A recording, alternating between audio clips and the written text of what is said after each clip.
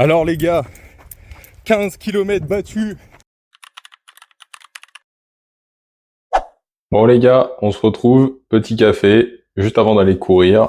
Je vais vous présenter un peu ce que je prends avec moi là pour ma sortie longue. On a ici le café en prêt, on a ici la grosse perfusion, on dirait vraiment une putain de perfusion, mais en fait c'est la poche d'eau qui va à l'arrière de mon gilet qui est là. Ça va dans le dos et ça me permet d'avoir 1 litre d'eau avec moi. En plus j'ai ça qui est super pratique quand je cours, juste à prendre le tuyau. Donc c'est vraiment pas mal avec dedans de la boisson isotonique, donc des carbs. Ensuite, j'ai 2 flasques d'eau. Ça, c'est plutôt pas forcément pour boire. Ça va pouvoir me servir à la fin, mais surtout pour m'arroser un peu la gueule, parce que vu qu'il fait chaud, ça fait du bien. Et l'autre source de carbs, ça va être une pâte de fruits et 2 gels de glucides. Donc ça me fait, ici j'ai quelque chose comme 50 grammes de carbs, ici j'ai 30 et 30, donc ça me fait 60 et 50, 110, et ça fait 20. J'ai 130 grammes de carbs pour ma sortie qui va durer à peu près une bonne heure et demie. Pourquoi autant? Ça peut paraître beaucoup, c'est vraiment la moyenne haute, déjà parce que je suis lourd, de 1, et de 2, j'ai pas forcément beaucoup mangé aujourd'hui, donc il me faut de l'énergie, il me faut des carbs, donc je vais les consommer pendant ma séance de run. Hop hop hop les gars, vous savez ce que je vais vous dire, vous le savez maintenant. On n'oublie pas, petit like, abonnement, le commentaire, tout ça. Oubliez pas, le référencement, c'est le début de la chaîne, c'est super important les gars, vraiment, c'est super important. Alors n'hésitez surtout pas. Merci beaucoup et je vous laisse reprendre la vidéo. Ciao. Bon les gars, on est à 12,76. Je sais pas si vous voyez quelque chose. Donc bientôt 13 km, 1h15 de course. Tout va bien, un petit peu essoufflé mais ça va. Il reste 4 km quasiment à faire. Et c'est bouclé. Je vous laisse. Retour de vacances. 15 km battus. Facile. C'est parti pour les 17 en détente. Salut les gars.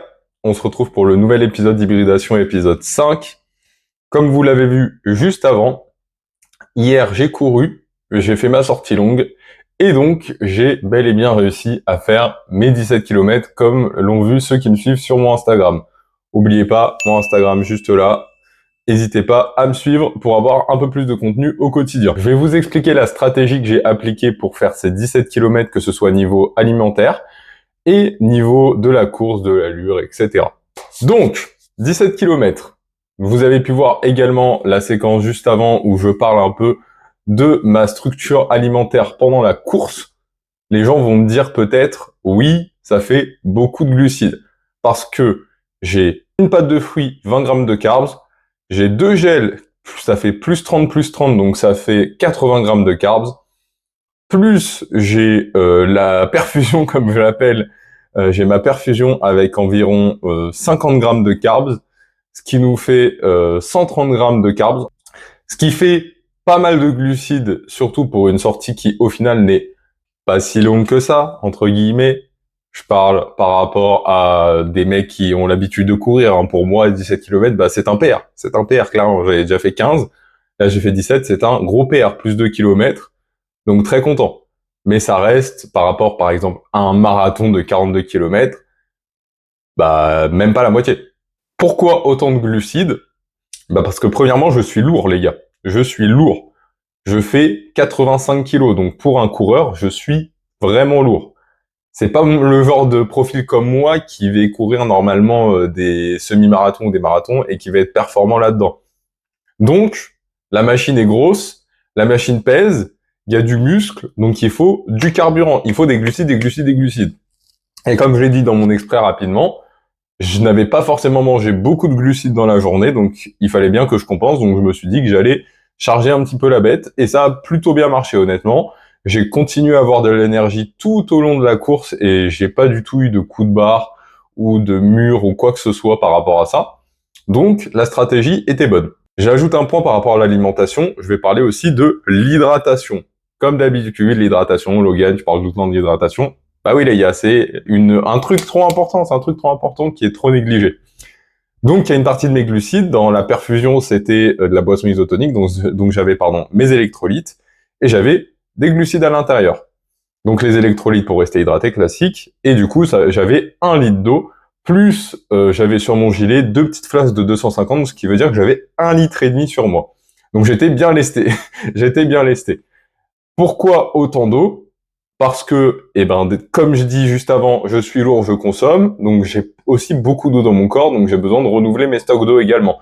Surtout que là, on n'est pas sur une course classique, je suis parti en forêt, donc je peux pas me ravitailler, recharger de l'eau, trouver un point d'eau pour boire, etc.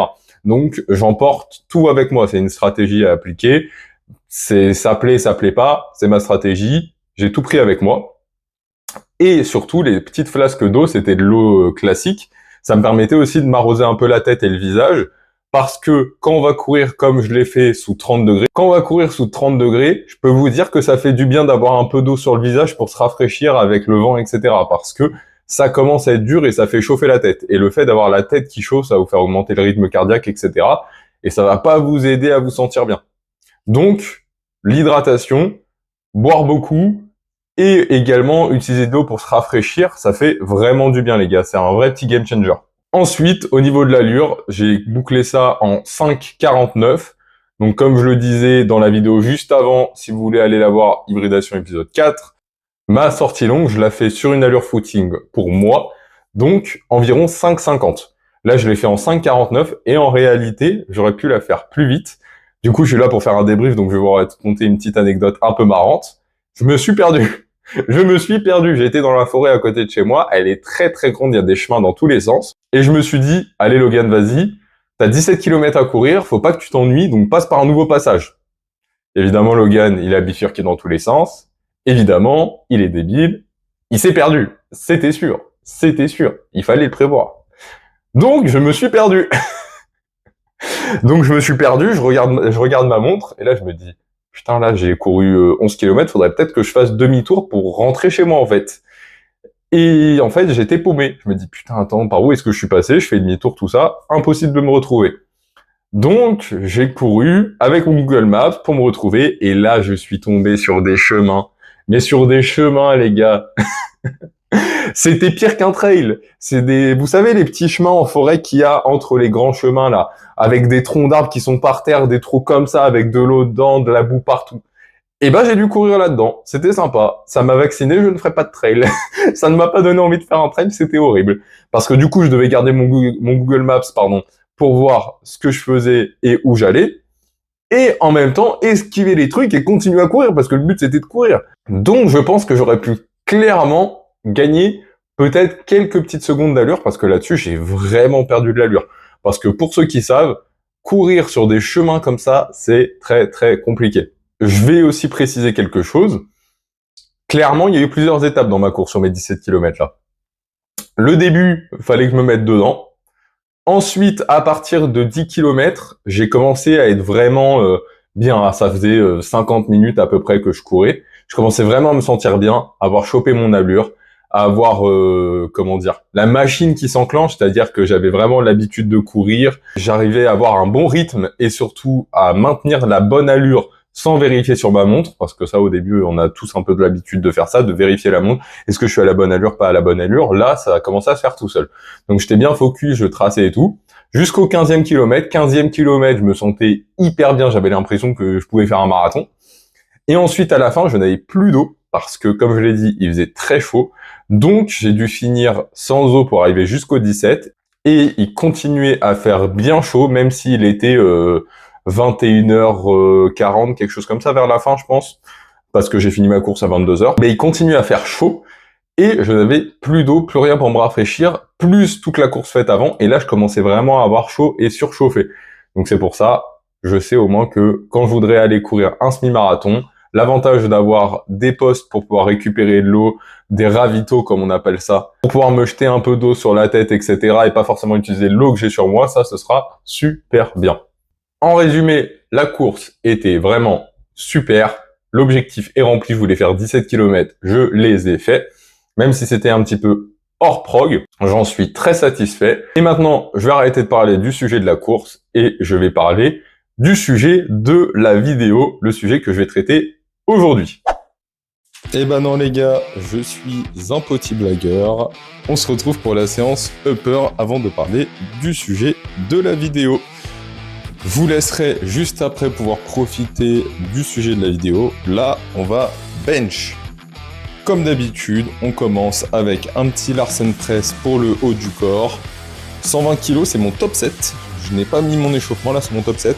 1x4 RPE 7. On commence à revenir sur un bon niveau au Larsen, ça fait vraiment du bien. Surtout que, comme je le disais la dernière fois, les vacances ne sont pas loin. Donc de déjà me remettre bien en place au Larsen et de commencer à faire des bonnes charges, ça fait toujours plaisir. On enchaîne ensuite avec mon dernier back-off à 115 kg pour 6 répétitions. Comme d'habitude, je le dis, le Larsen, pourquoi est-ce que j'en fais ? Tout simplement, comme je le dis, c'est un mouvement qui est vraiment pas mal pour l'hypertrophie comme le développé couché classique, mais qui va être très punitif et vous obliger à vraiment avoir une stabilité du haut du corps. Parce que si vous commencez à faire le poisson sur le banc et aller dans tous les sens, vous allez vous faire punir, ce sera beaucoup plus dur. Exercice suivant, qui n'est pas vraiment le suivant dans l'ordre de la séance, mais qui est le suivant dans la vidéo, c'est des shrugs, parce que j'ai un point faible au niveau des trapèzes au global. Mon dos est plutôt faible par rapport au reste de mon corps et surtout mes trapèzes, donc il faut que je les bosse, forcément. Et enfin, on finit sur les triceps avec du skull crusher comme d'habitude. Je le rappelle les gars, pourquoi est-ce que je vais bien chercher derrière ? C'est pour vraiment étirer la portion longue des triceps. Parce que quand vous avez le coude qui bouge comme ça va l'activer. Elle est rattachée sur l'arrière de votre épaule et votre coude. Donc si on peut en profiter pour utiliser le plus possible la portion longue parce que ça va donner de l'épaisseur au triceps, on le fait les gars, au maximum. Je vais conclure le voice-over là-dessus, je vous laisse avec le petit physique update post-séance, puis la suite de la vidéo. A plus les gars. Le sujet de la vidéo, ça va être autour de mon alimentation, ma manière de manger et pourquoi est-ce que je fonctionne comme ça. J'espère que ça va pouvoir vous aider à y voir un peu plus clair et surtout à peut-être remettre en question votre manière de vous alimenter. Ma base est très simple. Je compte mes calories. Premièrement, ça peut paraître un peu compliqué, c'est bizarre, ça donne des limitations, etc. Alors que non, en réalité, ça donne énormément de liberté, les gars. Quelqu'un qui va suivre un plan alimentaire précis, il va devoir manger toujours les mêmes choses, ou alors il a un plan alimentaire avec des recettes diverses, mais ça reste dans un bloc qui est fermé.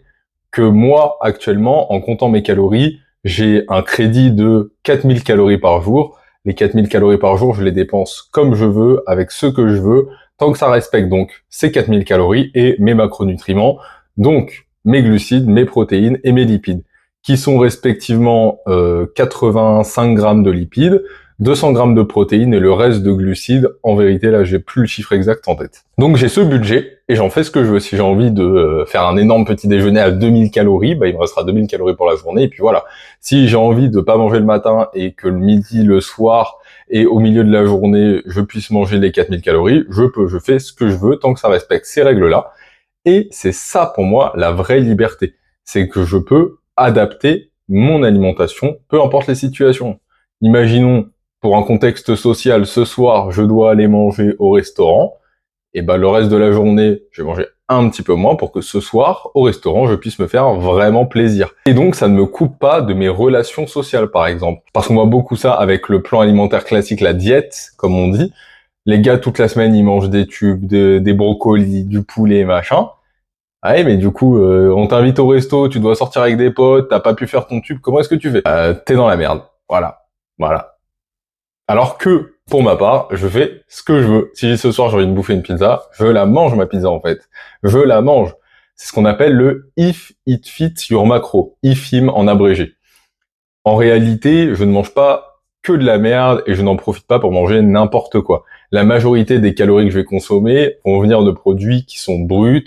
Ça va être de la viande, ça va être des féculents, des fruits, des légumes. Mais je me laisse une part de, si j'ai envie, je peux me faire plaisir. Et c'est ça, le vrai pouvoir de cette alimentation, c'est que je suis flexible. C'est ça la réalité. C'est que quelque chose qui vous restreint énormément, au bout d'un moment, vous allez en avoir marre. Alors que quelque chose de flexible, et vous vous adaptez à tout en fait. Et c'est la clé pour pouvoir maintenir quelque chose. plus ce sera flexible et vous pourrez l'adapter, et plus ce sera facile de le maintenir dans le temps, et donc plus vous aurez de résultats. Et depuis que j'applique ça, ça fait quand même quelques années, je n'ai que des bons résultats. Personnellement, j'utilise MyFitnessPal comme application pour compter mes calories. Vous allez me dire maintenant, oui d'accord Logan, c'est bien, je peux me compter mes calories, etc. Mais du coup, je fais comment si je veux perdre du poids, si je veux prendre du poids, qu'est-ce que je fais? C'est très simple. Tu commences à compter tes calories, tu continues à manger comme tu manges d'habitude. Tu manges normalement. Tu comptes tes calories, donc tu rentres tout dans ta petite application, etc. sur 2 semaines. Pendant les 2 semaines, tu vas te peser une première fois au début, une première fois au milieu des 2 semaines et une dernière fois à la fin. Et du coup, tu vas voir si en mangeant ce que tu manges actuellement, tu perds du poids, tu prends du poids ou tu maintiens ton poids. Et en ne changeant pas également ton activité, que ce soit physique, donc ton sport, ou ce que tu fais en dehors. Par exemple, tu vas pas te mettre à faire 15 000 pas alors que d'habitude tu en fais 5 000. Sinon, ça va complètement biaiser le calcul. Une fois ces choses faites, tu vas donc savoir, imaginons sur tes 2 semaines, tu as consommé 2000 calories par jour après avoir calculé, ton poids n'a pas bougé, et ben tu sais que 2000 calories, ton poids est en maintien. Si tu veux perdre du poids, tu descends tes calories, si tu veux en prendre, tu les montes. L'autre alternative pour pouvoir perdre du poids sans toucher à ces 2000 calories, ça va être d'augmenter son activité au quotidien. Ce que je prône d'être actif, c'est-à-dire faire plus de pas dans sa journée, utiliser un moyen de transport qui va te faire dépenser des calories, aller marcher pour aller au boulot, ou prendre son vélo par exemple. Toutes ces petites choses-là, ça va te permettre en fait de perdre également du poids pour les gens qui veulent perdre du poids.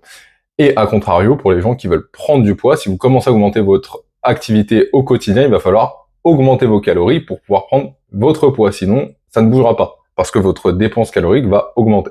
Pour ma part, je suis à 4000 calories par jour, comme je l'ai dit. Pourquoi? Parce que pour le commun des mortels, c'est énorme, 4000 calories, c'est vraiment beaucoup. Et déjà parce que je commence à avoir une certaine masse musculaire, donc pour la maintenir, il me faut plus de calories. Ensuite, j'ai une très grosse dépense, que ce soit par la course à pied, vu que j'ai 3 séances de course à pied par semaine, par mes entraînements muscu, je rappelle, j'en ai 5, pareil, donc ça fait 8 séances de sport, ce qui est conséquent. Et je marche 15 000 pas par jour, et je fais la majorité de mes déplacements à vélo. Donc forcément, je vais avoir besoin de beaucoup d'énergie, étant donné que ma dépense calorique est très haute. Et pour quelqu'un qui a une dépense calorique qui va être plus basse, forcément, il aura besoin de moins de calories. Et je fais une petite aparté sur le concept de cheat meal, cheat day, qu'on voyait beaucoup il y a quelques années, un petit peu moins maintenant, mais qui existe toujours. Les gars, ne faites pas ça. Ne faites pas ça. Ça va ruiner votre plan. Parce que sur la semaine, vous faites un plan alimentaire, vous êtes à 2000 calories. Samedi, vous vous dites, allez, c'est bon, je me fais plaisir, je mange ce que je veux. Vous finissez la journée à 5000 calories. Et en fait, votre semaine, elle est plus à 2000 calories. Les 5000, vous pouvez les lisser sur la semaine, donc vos calories vont être plus haut, donc vous allez plus perdre de poids. Parce que souvent, c'est dans un cycle de perte de poids. Mais pour la prise de masse, c'est pareil. Du coup, vous allez prendre du poids encore plus vite, donc prendre du gras, etc. Donc ne faites pas ça. Soit vous suivez un plan alimentaire et vous restez au même nombre de calories, soit vous comptez vos macros, vos calories, et à ce moment-là, vous êtes libre de manger ce que vous voulez, tant que ça rentre dans vos calories. Mais n'utilisez pas ce concept. Et en plus, c'est la porte ouverte à avoir des habitudes alimentaires qui sont complètement flinguées, et ce n'est pas ce qu'on veut. On veut avoir un esprit sain et un corps sain, je le rappelle. Donc si vous avez un super corps, mais que là-haut vous êtes complètement timbré, que vous passez vos journées à regarder des trucs de bouffe, etc., parce que vous êtes obsédé par ça, c'est pas très bon. Je vous préviens, c'est pas très bon. J'espère donc que ma petite explication sur pourquoi compter ses macros, à mon avis, est bien meilleure que les autres options que vous avez, a été compréhensible pour tout le monde. N'hésitez pas à me faire un petit retour en commentaire par rapport à ça et ce que vous faites. Maintenant, je vais vous laisser. À la prochaine les gars. Ciao.